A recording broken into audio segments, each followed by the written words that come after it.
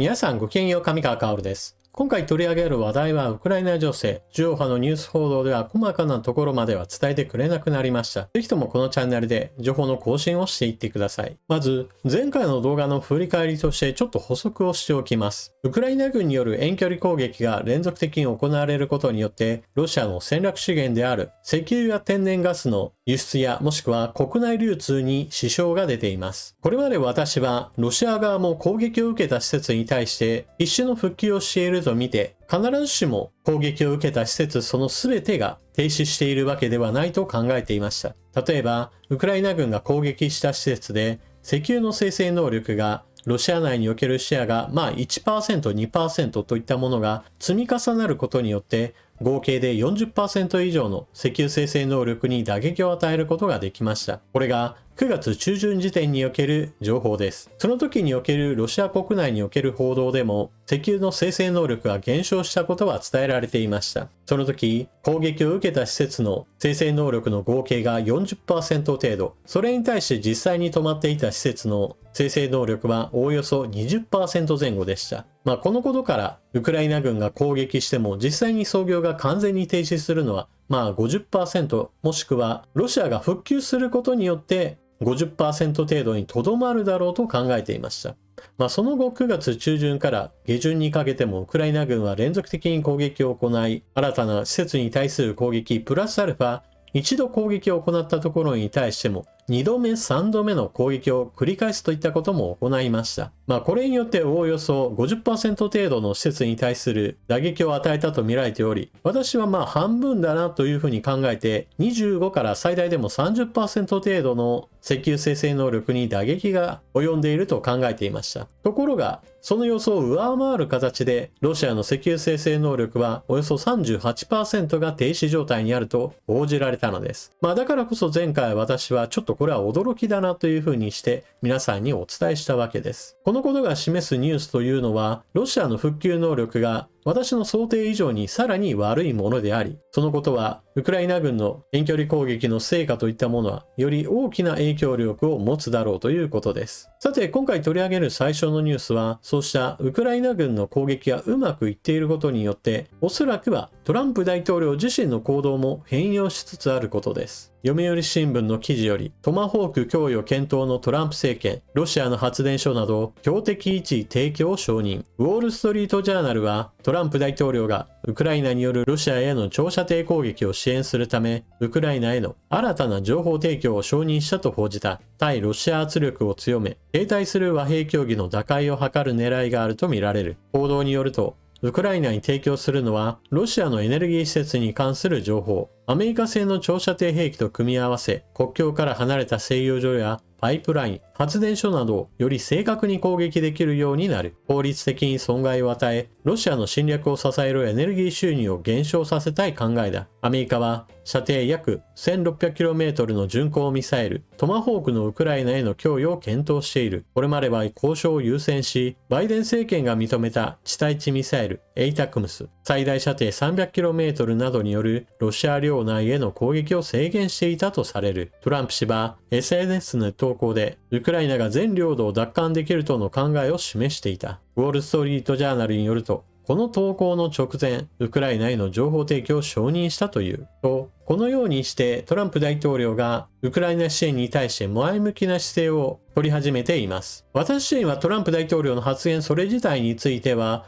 もう実際の行動を伴わないのであれば、評価に値しないと考えるようになっています。しかし、今回の標的位置情報について提供するというような行動は、アメリカにとってはさして苦労のない話ですが、ウクライナにとっては受け取る価値は非常に大きなものです。なぜならば、アメリカとウクライナとで絶対的に違う能力というものは、衛星監視衛星からの情報をどれだけ手に入れれるか。アメリカにおいては自国の軍事衛星があるのに対して、ウクライナはそうした情報偵察衛星といったものがないという問題があります。これは別にウクライナだからというわけではなく、地球上のほとんどの国においては自国の偵察衛星を持っていないのが現状です。ですから、アメリカにしてみれば、ずっと前から持っていた情報偵察網の情報をウクライナに渡すというだけで、さして大きな支出ではありません。しかし、情報の価値は非常に大きなものです。民間の衛星会社のもたらす情報といったものは、精度も含めて限られているものです。そこにアメリカからの情報を付け加えることによって、ウクライナの遠距離攻撃の精度や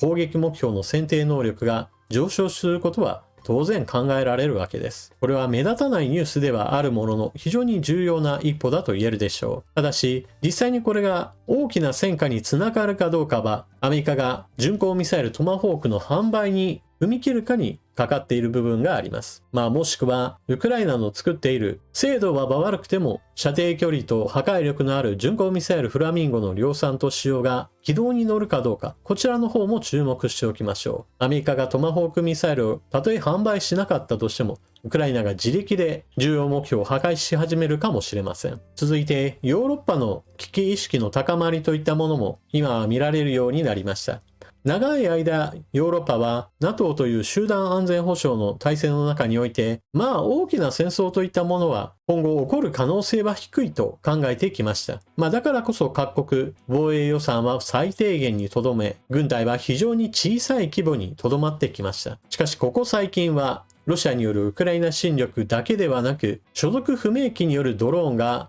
自国に飛来するといったことも発生しており、一体誰がそのようなドローンを活動させているか、各国は警戒感を高めています。さて、その関連の一報としてこの記事を取り上げましょう。ロシア、影の船団から無人機発射か。フランス当局が拘束の乗組員2人は中国人。読売新聞の記事より、フランスの捜査当局は制裁を回避してロシア産原油を運ぶ影の船団と呼ばれるタンカーの乗組員2人を拘束したと明らかにした。いずれも中国籍で、このうち船長が起訴され、もう1人は釈放されたという。タンカーは9月下旬に北欧デンマークに飛来した不審な無人機の発射台として利用された疑いが指摘されている。タンカーは西アフリカのベナンの国旗を掲げ、影の船団として EU の制裁対象になっていた。フランス西部を航行中、9月27日にフランス海軍の臨検を受けた際、船籍の証明書類を提示できず、フランス捜査当局が取り調べを開始したという。9月22日から25日にデンマーク沖を航行しており、正体不明の無人機がデンマークの空港や軍事施設で目撃された時期と重なっていた。ロシアと直接的に領土が接していない国においても、所属不明機による空港や軍事施設関連に対する偵察が行われたのではないかと見られています。その際に疑われた船というものが2種類あります。まず第一は、ロシア軍に所属している船が公海上において展開しており、そこから発進したのではないかという疑い。もう一つが、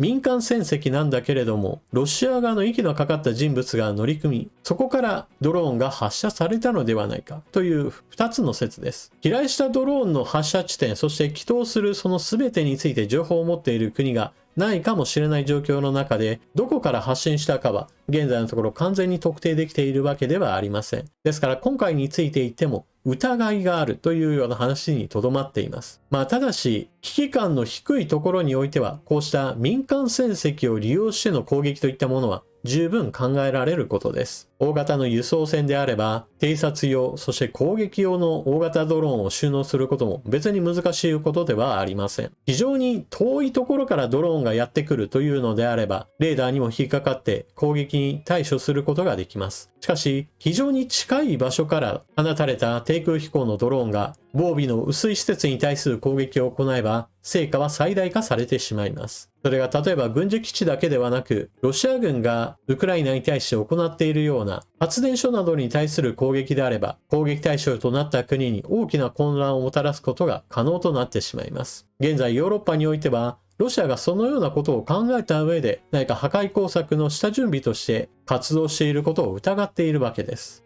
さて、フランスからの続報。マクロン氏、何も除外しない。領空侵犯ロシア機撃墜の可能性も。フランスのマクロン大統領は、ロシアの戦闘機がヨーロッパの領空を侵犯した場合、撃墜の可能性を否定しないと述べた。ドイツの日刊紙、フランクフルタ・アルゲマイネから、ロシアの戦闘機が許可なくヨーロッパ上空に侵入した場合、それを撃墜することに賛成かと質問を受けたマクロン氏は、戦略的曖昧さの方針に従って何も除外しないと言えると応じた。撃墜するんですかと、ストレートに聞かれた場合において、撃墜します、しませんと明言するよりは、ありとあらゆる可能性があることを述べて、実際にそれが起こった時に判断するという考え方を示しています。少なくとも撃墜しないと発言してしまうと、もうそれで相手方も計画が立てやすくなってしまうために、臨機応変に対応できる余地を残しているわけです。ただし、否定していないことそれ自体が、ここでは重要でしょう。東ヨーロッパ、北ヨーロッパ、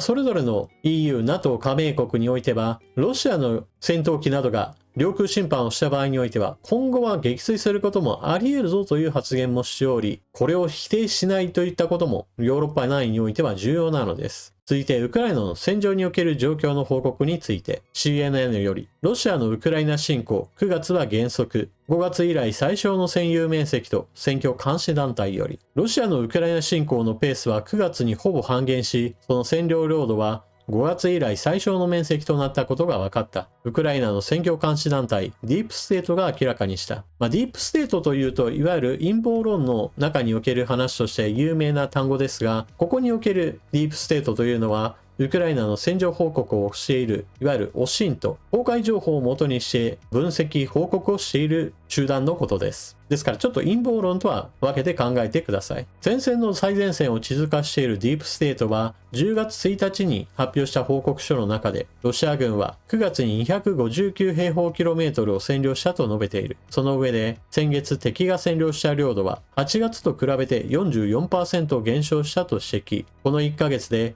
ロシア軍が占領した領土は、ウクライナ全土の 0.04% だった。占有地の総面積は全体の 19.04% となったと説明した。さらに、ドネツク州ポクロウスクの3平方キロメートルの地域で敵を殲滅するための攻撃・捜索作戦を実施した。ウクライナ軍の突撃部隊は、特定の方向に100メートルから1400メートル前進したと司令官のシルスキー氏は述べている。シルスキー氏によると、ロシアの戦術は4人から6人で構成される多数の小規模な突撃部隊を同時に使用。これらの部隊は地形、渓谷、森林を利用して前進し、ウクライナ領土に可能な限り深く侵入することを主な任務とする。それでも全体として戦況はウクライナのコントロール下にある。最近我々は一定の成功を収めているとシルスキー氏は述べた。現在、ウクライナの戦場全体を見た場合において、ロシア軍の大きな前線突破といったものは見られず、ウクライナ軍はよく守りを固めていると言えます。ただし、完全に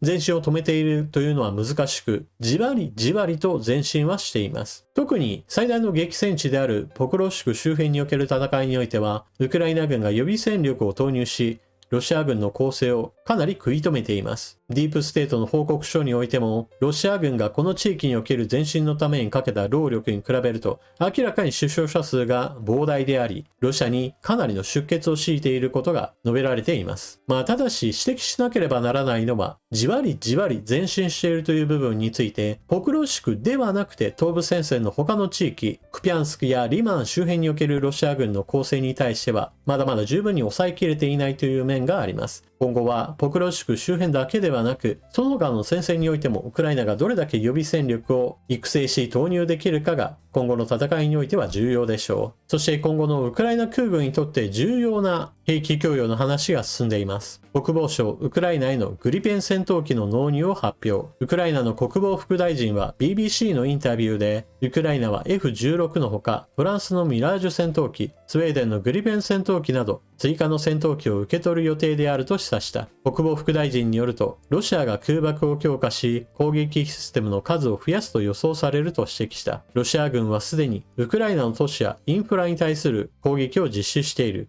ウクライナ軍はこのような大規模なロシア軍の複合攻撃を阻止するため多層防空体制を敷いている。地対空ミサイルシステム、機動火力部隊、そして飛行中の敵無人機を迎撃する迎撃ドローンと指揮系統を遮断する電子戦対策、そして有人航空戦闘機を駆使し高度な迎撃能力を備えている。当面ウクライナは F16 戦闘機の追加納入を期待していると述べ、フランス製ミラージュ戦闘機とスウェーデン製グリンペン戦闘機の供給の可能性にも言及した。重要なのは従来のウクライナに対する支援としては F16 戦闘機と、あとはフランスからのミラージュ戦闘機の供与といったものは決定事項です。一方においてこの話の中に出てきたスウェーデン製グリペン戦闘機については正式決定したというニュースは以前の話の中ではなかったものです。ですから新たに支援兵器として加わったものです。そしてスウェーデン製のグリペン戦闘機がウクライナに渡るというのは今後のためにも非常に重要です。というのもウクライナの経済力を考えると主力の戦闘機として F16 戦闘機をどんどんと買うといったようなことはちょっと難しいです。F16 戦闘機は最新バージョンでは、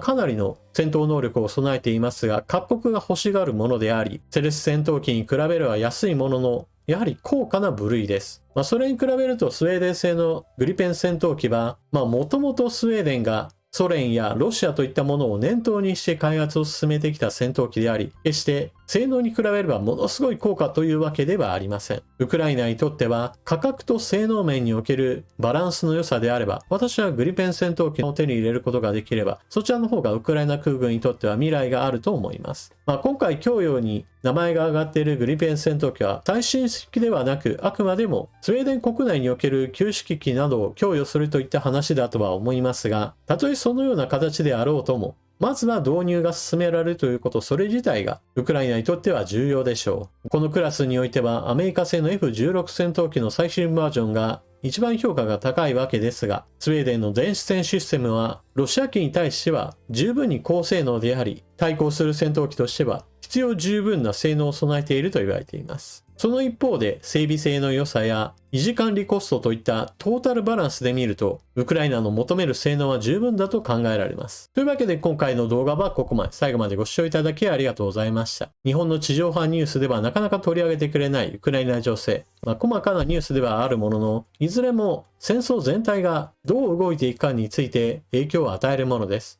ぜひとも情報の更新にこのチャンネルの動画を使っていってください。それでは次の動画でまたお目にかかりましょう。またね。